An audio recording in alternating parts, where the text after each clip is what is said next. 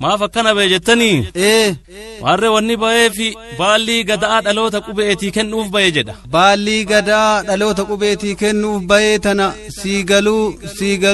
siigala yaa'ee nagaa naagal muramte gorti lama walii galtee fi muramte akkuma walii galtee fi muramte baallitu kennamaa fi muramte kaleessa kennamtii fi muramte karaa kaleessa keessa dhufnee fi muramte ati dhaloonni qubeeyin fudhattaa fi muramte gadaateettu gadaa barnootaatii fi muramte afaan keetiin barattee fi muramte afaan keetiin barsiiftaa fi muramte lagaa waliin qoodduu fi muramte amantii waliin hinirtuu fi muramte tokkummaa itichitaa fi muramte oromummaa gabbiftaa fi muramte oromiyaa bulchitaa fi muramte ati dhaloonni qubee barnoota akkaataa fi muramte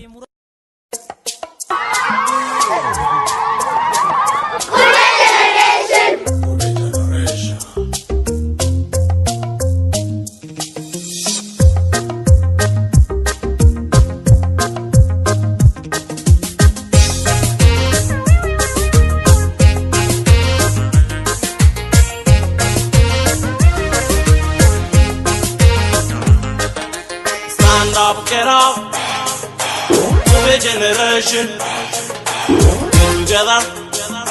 for education. Jadi apaan ketin, baru gemda. Jadi apaan ketin, baru gemda. Hakanun kaza. Yadelo tibbe kana rarsulu ilalche olbe sadarka adunyani amma itijirtu kesu dafi yafi warbe kumsi furtu nutis kana begne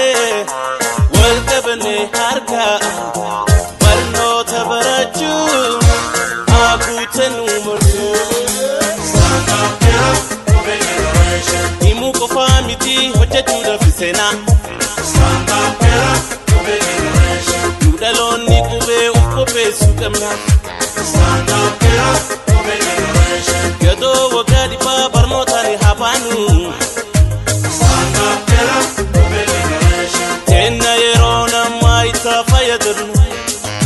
Stand up era kube generation Ibaba lesine umudan jalala Stand up era kube generation Jamtana hojjenu wa nabiyatuna Stand up era kube generation Tagaya Yadalo takube Umanin kifatu kambe kumsadani Umanin kifatu kandina dedabi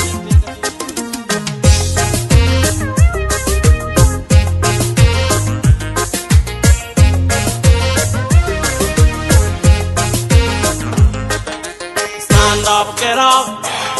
new generation, get together for education.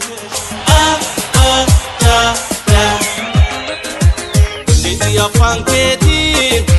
baru gemda. Jadi apaan ketin, baru gemda. Amanan nujira, amanan ummata. Wanta jele dabe bornura eketa dantin nu terate akenu kalayu wakajiru nemu barno tatayamu ekum sabdinaten kule ufutune nawatan gutana manan katejine stand up Akiduri miti di hoti ergata Stand up era kube generation Balbal ke durati da file bernota Stand up era kube generation Karo raba fane dibne otu hema Stand up era kube generation Bernota barachuni hatanu imama Stand up era kube generation Gagesan barachun biya fi buansa Stand up era Warraksa hoggane fuudhee galma keessa Stand up era kube generation Tagaya